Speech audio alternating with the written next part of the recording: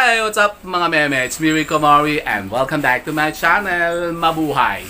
Kayo po ba ha mga meme, may mga taong gustong pabalikin sa buhay po ninyo? Sino yun? Halimbawa ha mga meme, mga kaibigan po ninyo, yung mga may utang sa inyo ha mga meme at hindi na kayo binabayaran, o mga exes po ninyo ha mga meme, o yung mga asawa po ninyo na sumakablang bahay na. Nako, gusto nyo pa bang pabalikin yung mga yon? Wag na! Ba't pababalikin nyo ba yung mga demonyong yon? Hayaan nyo na ha mga meme. Pero kung halimbawa nga po ha mga meme, so gusto nyo pa po silang pabalikin sa buhay po ninyo, eh eto po ha mga meme. Ngayon po may i-share tayo sa inyo napaka-powerful na ritual na pampabalisa, pampatingar-ngar, at para sila po ha mga meme, bumalik na sa inyo. Pero sabi pa po sa inyo ha mga meme, bahala na po kayo kung gusto niyo pa pabalikin yung mga yan ha mga meme sa buhay po ninyo. Eh baka naman kayo talagang iniwanan na ha mga meme, kayo lang po yung atat na atat at habit na habit dyan. Eh tigilan nyo na. Sorry Joseph. Pero yun na nga po ha mga meme, kung gusto nyo pa rin talaga ha mga meme pabalikin sila, eh panoorin nyo lamang po ang video kong ito. O siya, go mga meme. Ah, habit na habit eh.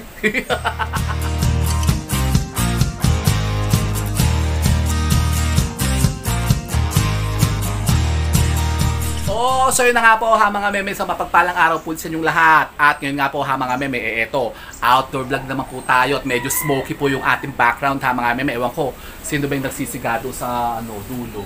Parang may nagsisiga kasi amoy usok eh. O tingnan parang smoky yung background natin ha mga meme. Pero huwag na natin pasinin ha mga meme kasi nga tayo po ngayon ay outdoor vlog. Talaga? Opo ha mga meme. At yun na nga. Kasi for today's video nga po ha mga meme, ito, isang naman pong napaka-powerful na ritual na pampabalisa po ha mga meme ang ibibida ko sa inyo.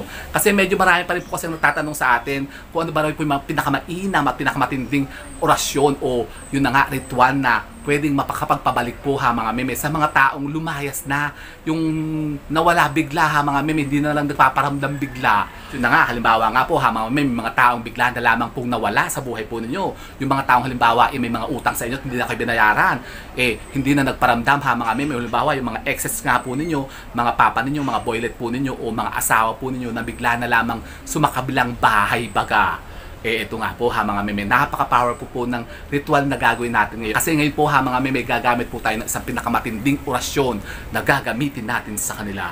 Ano yan? Ganito po ha mga meme. Pero bago po yun ha mga meme, dito po sa ating particular na ritual na ito ha mga meme, may mga gagamitin po tayong pasangkapan. May gamit po tayong gagamitin dito ha mga meme. Kasi mangangailangan po tayo dito ng mga lumang gamit nila. Kahit ano po ha mga meme, bawa mga damit, mga panty, mga underwear, bra, ganyan ha mga meme, mga brief, pwede rin po yan ha mga meme. O halimbawa mga panyo, mga medyas ha mga meme, pwede po yun. Basta't yung po talagang ginamit po nila at medyo halimbawa inaiwanan po dyan sa bahay po ninyo.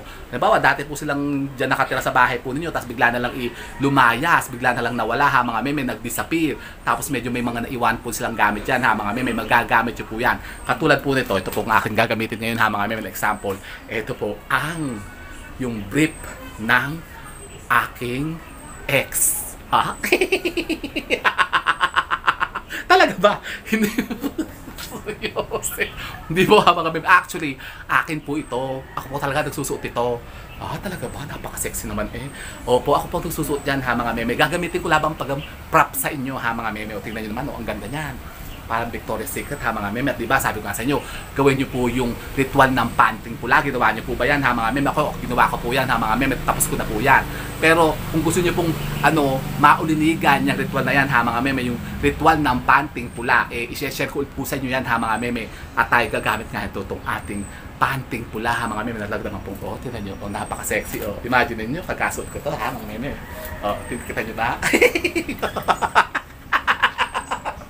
So sorry Joseph. So itong kailangan po tayo ng lumang gamit nila ha mga meme, kahit ano po. Pero mas maganda po yun nga po, mga underwear po nila ang gagamitin nga po ninyo. At dito po ha mga meme, mga kailangan din po tayo ito, kapirasong papel po ha mga meme. Siyempre kapag may papel, kailangan po ha mga meme may panulat. Kasi dito po natin susulat ha mga meme yung pangalan nila, yung birthday nila, tapos yung ating petisyon at yung ating pangmalakasan na orasyon ha mga meme. Tapos makakailangan din po tayo ito ha mga meme, syempre yung mga picture po ha mga meme nung taong pinatutungkulan natin. Ba yung mga papa nyo, yung mga mama nyo, yung mga ex nyo ha mga meme, yung mga boylet nyo ha mga meme. Kailangan po ha mga meme, meron kayong printed na pictures po nila. Kahit ano pong klaseng picture po ha mga meme, pwede po yung mga 1x1, 2x2 o yung mga printed po ha mga meme na galing po sa Facebook. Katulad po ito ha mga meme, ipinapit ko po dito yung picture ng ex ko. Ito, papakita ko sa inyo ang aking ex-boyfriend. Oh, charot! Charing, hindi po ha mga meme. Kinupit ko lang po ito sa magazine. O magazine po yan ha mga meme. Sa men's, ano ko to men's magazine ko po kinuha ito ha mga meme. Kung baka ha mga meme, example lang kasi. Kailangan ko kasi ha mga meme, pakita natin kung paano talaga natin gagawin ha mga meme. So ganito po. So yun po ha mga meme ang ating mga sangkap. So paano ba ang pagganap ito? Ito naman po ha mga meme, pwede nyo pong gawin tuwing araw ng Biyernes ha mga meme. Gabi po. Mas mainam po itong gawin ha mga meme kapag kagabi o kapag kabilugan ng buwan ha mga meme. Paano? Sa isang silid po ha mga meme na pribado, yung wala pong nakakita ha mga meme, dapat kayo po lang ang nakakaalam. Para ito po ha mga meme, hindi mausog at hindi makontra ha mga meme. Mga araw 6:30 po ng gabi ha mga meme hanggang 11:30 po ng gabi, pwede nyo pong gawin po ito. Yan. Kayo po ha mga meme, humarap lamang po sa bandang silangan. Mainam po kayo po ha mga meme, magtirik lamang po ng isang kandilang pula. O isang kandilang pula lang po ha mga meme. Tapos sa pirasong papel po ha mga meme na ihindar po natin. Ito po ha mga meme, susulatan po natin ng pangalan po nila ha mga meme at birthday. Yan, susulat po natin dito halimbawa ang pangalan niya. Ito pangalan ng ano ko, ex ko. Halimbawa Arturo Mendoza. Wow, social pangalan, Arturo Mendoza. Oh, yan. Halimbawa si Arturo Mendoza po ha mga meme, yung ex po ninyo, yung pangalan ng ex po ninyo, tapos yung birthday niya, halimbawa ang birthday niya po ay October 3, 1972. O yan, susulat yung ganyan. Pagkatapos po ha mga meme, isusulat nyo din po dito yung mga petisyon po ninyo. Halimbawa, ano bang gusto nyo mangyari ha mga meme? Halimbawa, gusto nyo nga silang papalikin ha mga meme. Susulat nyo po din dito sa papel na ito yung pong mga petisyon natin ha mga meme na gusto po natin mangyari. Halimbawa, ano bang gusto nyo mangyari? Ba, yun na nga, pabalikin nga po sila ha mga meme. Kumbaga diretsahan na ha mga meme, sabihin nyo sa kanya, ikaw, Arturo Mendoza, bumalik ka na dito sa bahay, bumalik ka na dito sa piling ko, at bayaran mo na yung utang mo. Halimbawa, kung may utang nga po, o halimbawa, gusto nyo, yun nga, matawag doon, magbalikan. Bakit mababalikin pa kasi? Halimbawa, yun na nga, gusto nyo halimbawa sila po ay pabalikin ha mga meme, talagang atatarin kayo sa kanya, talagang miss na yun na ha mga meme. Halimbawa, sabihin niya, bumalik ka na sa akin, ako na ulit ang iyong kalantriin, ako na ulit ang iyong mahalin, ako na ulit ang iyong ibigin, ako na ulit ang iyong pagkaguluhan. Ganon. So, seryoso. Ikaw talagang pagkakagulo ha? Aba, ang ganda mo ha? O ganun po ha mga meme, pagkatapos po natin maisulat ang pangalan at birthday ha mga meme at yun pong ating mga petisyon. Yan, ito po ha mga meme, dadasalan po natin ng ating pangmalakasan na orasyon. Yan po ha mga meme, yung nasa screen. Uulit-ulitin nyo lang po yan ng 3 ulit ha mga meme. Basahin nyo po yan dito at ibulong nyo yan dito sa papel na ito ha mga meme, kasama po ng kanyang larawan. Yan, pagkatapos po ha mga meme, yan po ay ibabalot po natin sa telang pula ha mga meme. Yung mga ganito po ha mga meme, kasama po nung kanyang lumang gamit. Yun, yung nga po ha mga meme, yung kanyang bawa panting pula o brief na pula ha mga meme. O kahit ano po mga medyas, panyo ha mga meme. Yan, magagamit nyo po yan. Titiklupin lamang po natin siya ha mga meme, katulad po nito. Yan, pagsasamahin po natin siya, bibilutin lamang po natin ang ating yung lumang gamit ha mga meme. Yung gamit niya, yan, bibilutin lamang natin siyang ganyan. Kasama po nung kanyang picture ha mga meme at yung papel na sinulatan po natin, ibabalot lamang po natin siyang ganyan ha mga meme. O, pagkatapos po ha mga meme, kayo kukuha lang po ng kapirasong telang pula. Pwede po yung mga ganito ha mga meme, yan yung mga pouch na pulang ganito, meron sa nabibiling ganito ha mga meme online. O pwede kayong gumamit ha mga meme, gumupit na lang po kayo ng katulad po nito, yung mga ganitong tela o. Yan, o. Bumili lang po kayo sa palengke. O pwede naman po kayong gumamit ha mga meme ng kahit ano pong telang pula ha mga meme, katulad po nito. Yan, gumupit lang po kayo ng kapiraso ha mga meme. At doon po natin to ibabalot ha mga meme. Tapos pwede nyo po siyang talian o tahiin ha mga meme. Kasi ito po ha mga meme ay ilalagay lang po natin sa ilalim po ng ating mga higaan. So ganyan po ha mga meme. O so ganito lang po ha mga meme ang gagawin po ninyo. Ibabalot lang po natin yung lumang gamit niya, kasama po yung litrato niya ha mga meme. At yung papel na sinulatan po natin ng ating mga petisyon at yung pangalan at birthday po niya ha mga meme. Yan, babalutin lang po natin siyang ganyan ha mga meme sa kapirasong telang pula o pouch na pula ha mga meme, katulad po nito. Yan, pwede rin nga po ha mga meme, ganito mga telang pula. Tapos yan, balot yung ganyan ha mga meme.